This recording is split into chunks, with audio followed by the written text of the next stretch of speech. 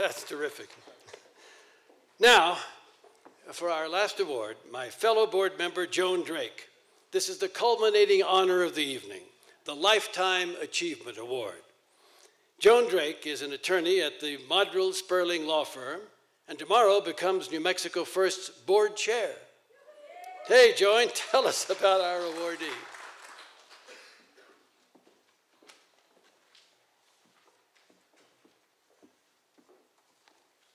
Thank you, Sam. As many of you know, our own charming and beautiful and glamorous and outgoing Clara Apodaca is our Lifetime Achievement Award recipient this year. This former First Lady with boundless energy is perhaps best recognized as an advocate for the arts, an issue that brings people together across political parties, cultures, and ages. She's also a former cabinet secretary, Clinton-era Washingtonian, and fearless fundraiser, as many of us know, for the many causes she champions. In addition, she is the former president of the National Hispanic Cultural Center Foundation. The creation of this center, where tonight we stand, is widely considered a triumph in bipartisan action that required federal, state, and private sector collaboration. And as a matter of fact, the two founding board members, Republican Ed Lujan and Democrat Ed Romero, previously received New Mexico First Bipartisanship Award for getting this center off the ground.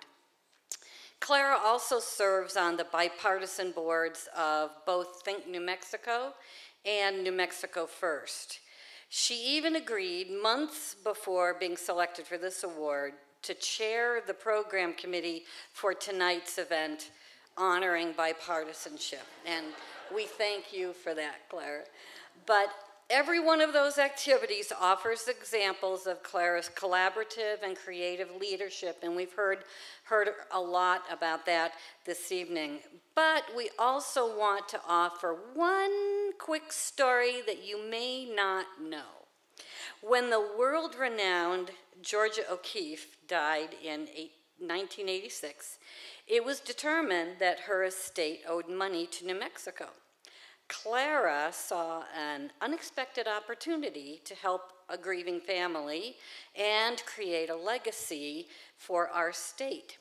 She contacted political leaders of both parties and multiple agencies, urging that the estate be allowed to pay its debt in paintings rather than in cash. The result of that is that New Mexico's museums and Capitol and other state buildings are home to several priceless pieces of O'Keeffe art that, without Clara, would now be spread far and wide away from the land of enchantment. There are lots more stories we could tell, each one of us, but we'll have to stop there. Please join me in honoring the rich and vibrant lifetime achievement of our friend and role model, Clara Apodaca.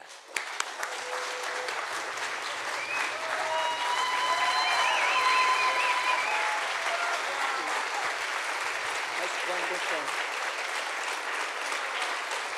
Well, first, thank you so much. I'm not going to let you keep clapping like David Letterman does. Thank you so much, and thank you for that very gracious introduction, Joan.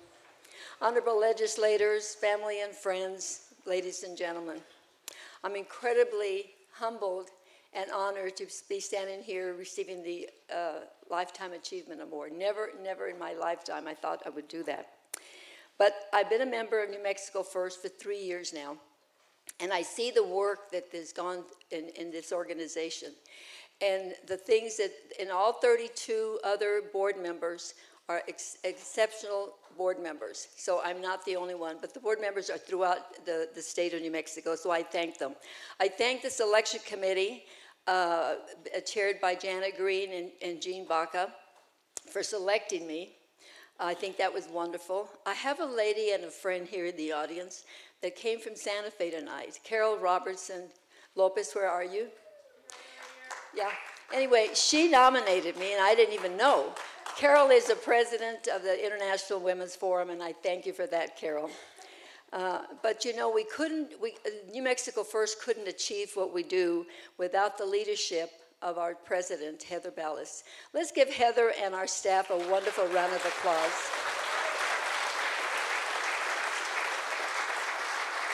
Thank you. And then, of course, I always say my biggest accomplishment is my family, my 5 children, my 10 grandchildren. And tonight with me is my daughter and son-in-law, Carol and Dr. Jay Folkman. I don't know where you are. And my son and daughter-in-law, Jeff and Jackie Apodaca. Thank you so much for being here.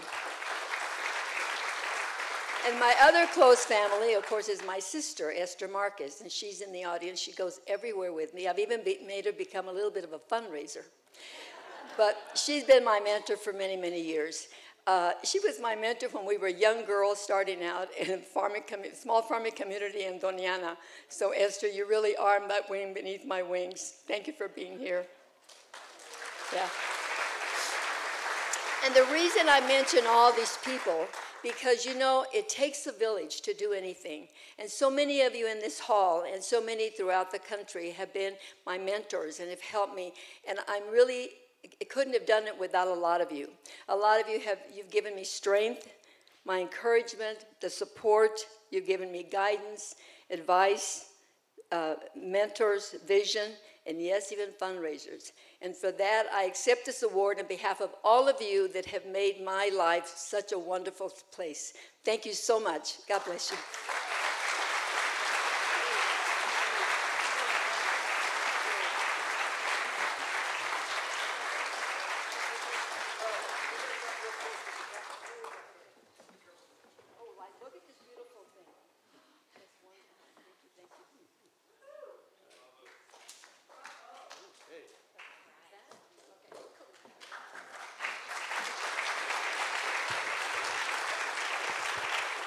Thank you, Joan and Clara, for a lovely final presentation. Thank you, Sam, for such a thoughtful discussion tonight. We're very, very grateful.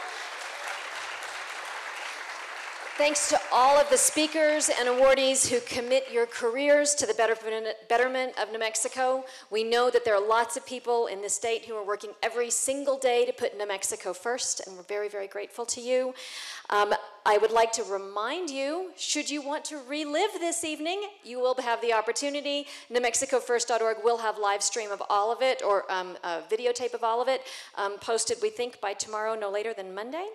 And then the last thing I just want to say to all of you is, in the coming months, if you would please take tonight's messages to heart and join us in being evangelists for a healthy, engaged democracy.